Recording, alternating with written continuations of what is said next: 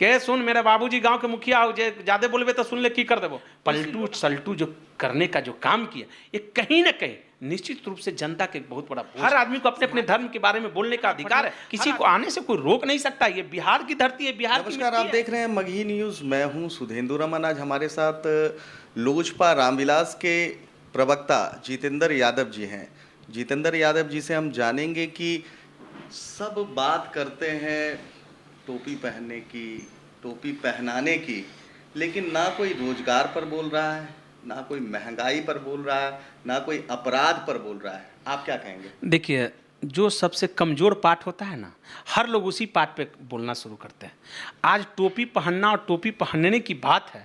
आज आप वैसे नेता से जाके पूछिए, बिहार के, मैं मुख्यमंत्री जी से यह कहना चाहता हूँ कि विकास के नाम पे अभी फिलहाल पटना में, पूरे बिहार में क्या कोई भी तरह का कोई भी क्षेत्र हो, चाहे आपकी शिक्षा की व्यवस्था हो या आपकी स्वास्थ्य की व्यवस्था हो, रोड की व्यवस्था हो या बिजली की जो दर बढ़ी, जो मीटर जो लगाया गया है, स्मार्ट मीटर, आप इस पर कितना घोटाला हो रहा है किसी को पता है? तो इसलिए इन लोगों को तो कोई विकास की बात नहीं करनी है। हर लोग वैसे वैसे चीज़ों को ला करके जनता के सामने बरगलाने का काम करते हैं, जो जनता के एक बोझ बना देते हैं। जनता को लगता है कि मेरे हितैषी है। हर एक समाज, एक धर्म के लोग को लगता है कि मेरे हितैषी है, मेरे धर्म के बारे में बोल रहा है, मेरे धर्म के प्रति ये आस्था और विश्वास रख रहा है। लेकिन मैं वैसे नेता को कहना चाहता हूँ कि काम कीजिए, विकास कीजिए। देखिए, हमारे नेता चिराग पासवान जी को कभी आपने नहीं देखा होगा उजुल फुजुल बातों में पड़ना। वो सिर्फ और सिर्फ विकास की बात करते हैं और विकास के कामों के लेके वो 24/7 लगे रहते हैं कि हर समाज के मेरा बिहारी फर्स्ट का जो काम है, उस काम पे हमेशा हमारे नेता चिराग पासवान जी रात दिन मेहनत करते हैं। वैसे मेहनत करने वाला आज बिहार में आप बता दीजिए ना, कौन है जो सत्ता के सुख ले रहा है? सत्ता में लोग कहते हैं कि मेरा सत्ता है, डराते हैं लोग ये बोल के गए, सुनो मेरी सरकार है, सोच लो नहीं तो क्या कर देंगे। जैसे पहले लोग गांव में कहता था, देहात में, कि सुन मेरे बाबूजी गांव के मुखिया हो, जे ज्यादा बोलबे तो सुन ले की कर देबो। वैसे लोग आज ये डरा रहे हैं कि मेरा सरकार है। तो निश्चित रूप से कहीं ना कहीं ये समाज को एक बोझ बन गए।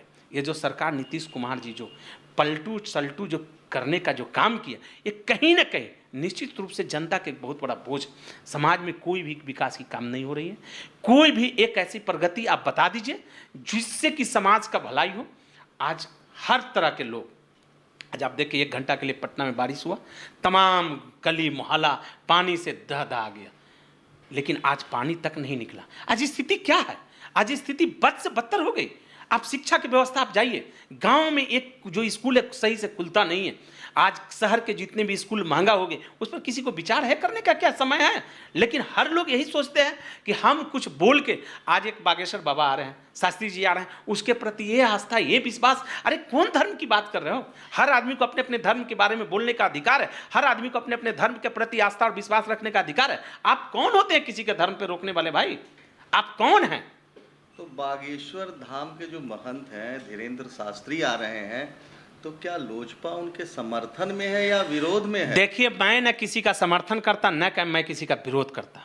मेरे पार्टी का विजन बहुत क्लियर है कि हर जाति के लोगों को, हर धर्म के लोगों को अपना धर्म के काम करने का अधिकार स्वतंत्र रूप से करना चाहिए। इसीलिए जो भी लोग अपने धर्म के प्रति आस्था और विश्वास को कर रहे हैं, उनको अधिकार है, करने दीजिए। उस पर आप रोकने वाले नहीं कोई होते हैं, और नहीं आप उसको टोकने वाले होते हैं, और नहीं आप उसको विरोध करने वाले होते हैं। आखिर क्यों?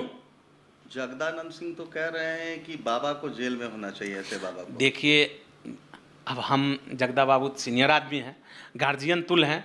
अब वो लोग अगर इस तरह से अगर बात बोलते हैं तो समझिए कि बिहार के लोग, बिहार के जनता क्या शिक्षा लेगी?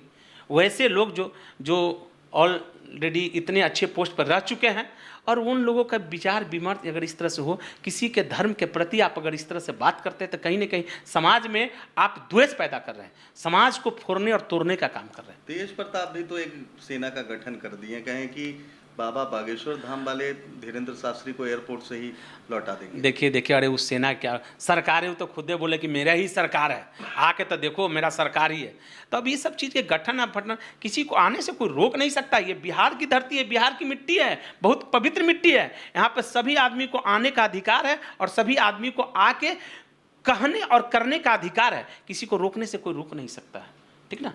जे कृष्णैया की पत्नी ने सुप्रीम कोर्ट में एक हलफनामा दायर किया है जो आनंद मोहन की रिहाई हुई है उसके विरुद्ध में। देखिए, हम लोग तो यही चीज़ को कहना चाहते हैं कि जो लोग समाज को पहले, आज आप वैसे परिवार से कभी पूछा, नीतीश बाबू ने संविधान की कुछ चीज़ों को छेड़छाड़ किया, मैनुअल को बदलने का काम, तो ये भी तो कम से कम उन परिवार से पूछ लेते जिस परिवार के लोग आज सुप्रीम कोर्ट जा रहे हैं। आज याद उनको कराइए। नीतीश बाबू को मैं आपके माध्यम से ये बताना चाहता हूँ कि कौन ऐसी परिस्थिति हो गई जिस शहाबुद्दीन साहब जी को बेल न्यायालय ने दिया था। कौन ऐसी परिस्थिति हो गई, उस समय महागठबंधन की सरकार थी, कहाँ चली गई थी उनकी मुसलमानों की हितैषी के बारे में सोचना। शहाबुद्दीन जी एक छोटा नेता नहीं थे, मुसलमानों के एक बहुत बड़े नेता माने जाते थे। आज भी उनके परिवार के लोग समाज, मुस्लिम समाज उन्हीं को मानता है। लेकिन क्या वैसी परिस्थिति चल गई थी कि सुप्रीम कोर्ट चले गए थे? तब भी तो मुस्लिम समाज नीतीश कुमार को ही नेता मान रहा है। कभी नहीं सर, ये सब तो देखिए ढोंग है। यही सब तो बोल बोल के हम तो मुस्लिम समाज के लोगों को हाथ जोड़ के कहते हैं कि वैसे लोगों के साथ आप लोग बिल्कुल मत जाइए जो आपके सामने दिखावा करता है, आपके समाज को हमेशा ठगने का काम किया। जो एक उदाहरण शहाबुद्दीन साहब है, आप जाकर शहाबुद्दीन साहब के परिवार से मिलिए, उनकी पत्नी से बात कीजिए, उनके बेटा से बात कीजिए, उन पर क्या बीत रहा, क्या वैसी उस दिन परिस्थिति हो गई थी। जो आज नीतीश कुमार जी आज संशोधन किया ना कानून में इन आनंद मोहन जी को निकालने के लिए, तो उसी तरह से उनको उस समय भी तो सोचना चाहिए। आपको नहीं लगता कि ये संशोधन जो था वोट की राजनीति के लिए? देखिए, वोट के राजनीतिक जात को बांटने का अधिकार नीतीश बाबू को नहीं है, न कभी उनको मिला है, न वो कर सकते हैं। हर लोग समझ रहा है, हर जाति के लोग, हर धर्म के लोग को पता है कि हमको किसको वोट करना है, हमको किसके साथ जाना है, उस सबको पता है। अब बिल्कुल तरह से वो उसका माइंड सेट है कि आज देश दुनिया में, आज बिहार में जो विकास करने वाले लोग हैं उसके बारे में उनको भी क्लियर है। इसलिए ये सब चीज़ों उनको कहने से कोई जाति के लोग उनको वोट करने नहीं जा रहा है। उनके पास कौन वोटर है बता दीजिए ना, एक लोग बता दीजिए। क्या उनके समाज के, जिस समाज से आते हैं, ये लोग तो सिर्फ और सिर्फ यही किया, एक जात को बांटने का काम किया। काम तो करिए ना, जात को मत बांटिए, आप काम करिए। आप अगर काम करके बताते तो काम आप क्यों नहीं करते हैं कि हाँ ये राजपूत जाति का काम है, ये यादव जाति के लिए काम है, ये साव बनिया जी के लिए काम है, ये अग्रवाल के लिए है, ये पासवान जी के लिए है। ऐसे तो वो करके बताते ना।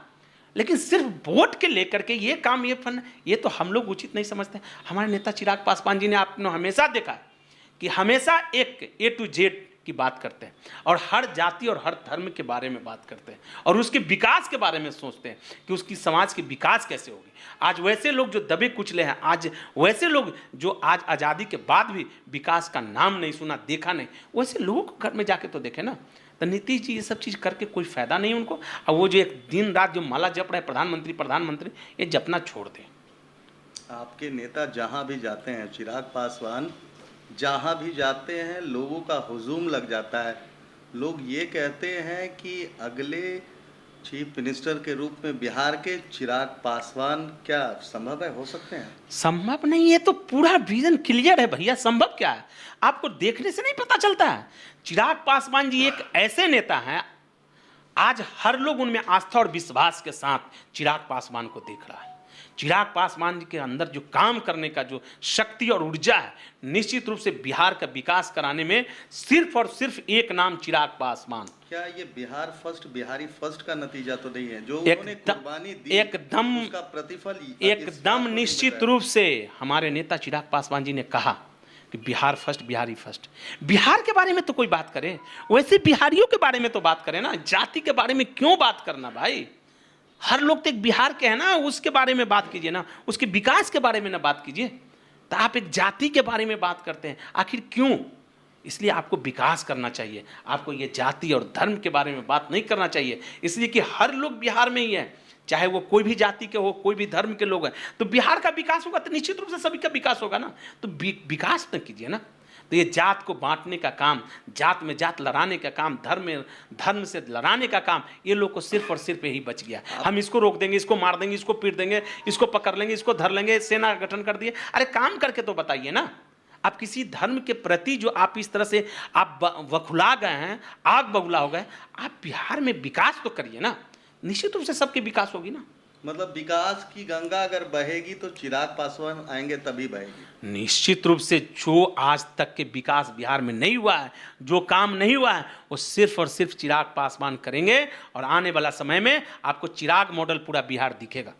बिहार फर्स्ट, बिहारी फर्स्ट का जो विजन हमारे नेता चिराग पासवान का है, वो निश्चित रूप से वो धरातल पर उतरेगा। और एक एक काम को चिराग पासवान जी के कामों से आपको जनता के प्रेम और स्नेह दिखेगा। जो आज आप दिख रहे हैं हर रोड चौक चौराहा पे, आप जो हर युवाओं के मुंह से आवाज़ एक ही निकलता है, चिराग पासवान, चिराग पासवान। आप लोग के माध्यम से हम लोग भी सुनते हैं, आप लोग भी सुनते होंगे, देखते होंगे।